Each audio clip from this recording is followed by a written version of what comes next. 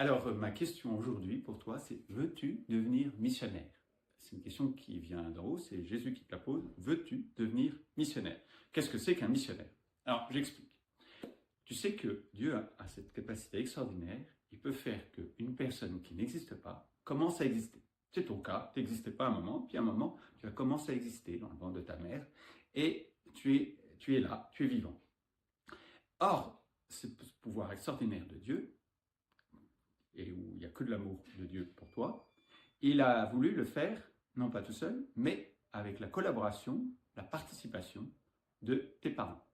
Et génial pour tes parents, dignité et responsabilité d'avoir fait cette chose extraordinaire qui extasie tous les parents, surtout le jour de la naissance. Et de moi, je suis responsable d'avoir fait surgir, même si c'est Dieu qui a tout fait, une nouvelle vie, un être unique qui n'a jamais existé et qui est toi. Voilà. Alors, la mission, c'est dans un autre domaine. Il se trouve que Dieu a aussi une autre capacité qui est encore plus extraordinaire. C'est de faire naître dans le cœur d'un être humain un amour éternel qui est l'amour même de Dieu, la flamme même de l'amour de Dieu. Donc, un amour, confiance, désir de Dieu, un amour qui est surnaturel et qui est le même que celui qui est dans le cœur de Dieu, à mon échelle.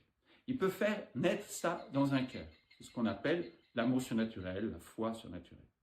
Et cette flamme-là, c'est pareil que pour la vie, il veut la donner avec quelqu'un d'autre, en collaboration avec toi. Un missionnaire, c'est celui qui, comme un parent, participe à une œuvre de Dieu extraordinaire, de faire naître dans un cœur une vie, mais non pas une vie simplement naturelle, mais surnaturelle, l'amour même de Dieu. Comment fait-il Dieu pour cela? C'est lui qui fait tout. Tu comprends bien que ce n'est pas toi qui as le pouvoir d'allumer dans le cœur la flamme de l'amour même de Dieu. Mais il passe par toi, pour ta dignité, pour ta responsabilité. Il passe par toi, ça veut dire que si tu ne le fais pas, il ne se passera rien. Et oui, comme pour la naissance d'une vie humaine, si des parents n'acceptent pas la responsabilité et la dignité des parents, il y a une vie qui n'existe pas.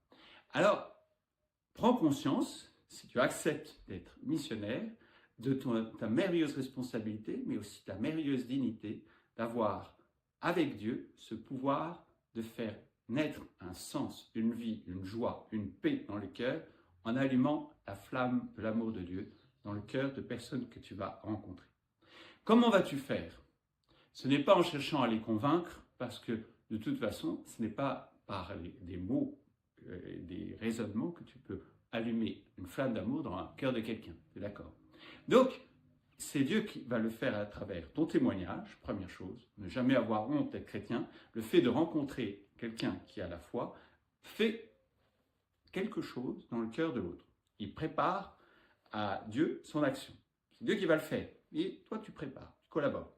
Et la deuxième chose, tu multiplies les actes qu'on appelle de suppléance, c'est-à-dire que tu vas faire des actes de prière, d'amour pour Dieu, à la place de personnes qui n'ont pas cet amour de Dieu dans leur cœur.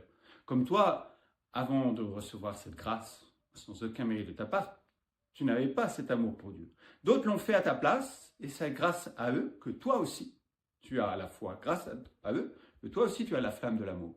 Tu y es pour rien.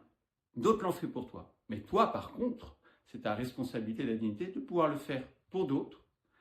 Dieu fera tout, mais tous tes actes de suppléance, c'est-à-dire tous les actes que tu feras pour Dieu à leur place, aura un effet sur eux.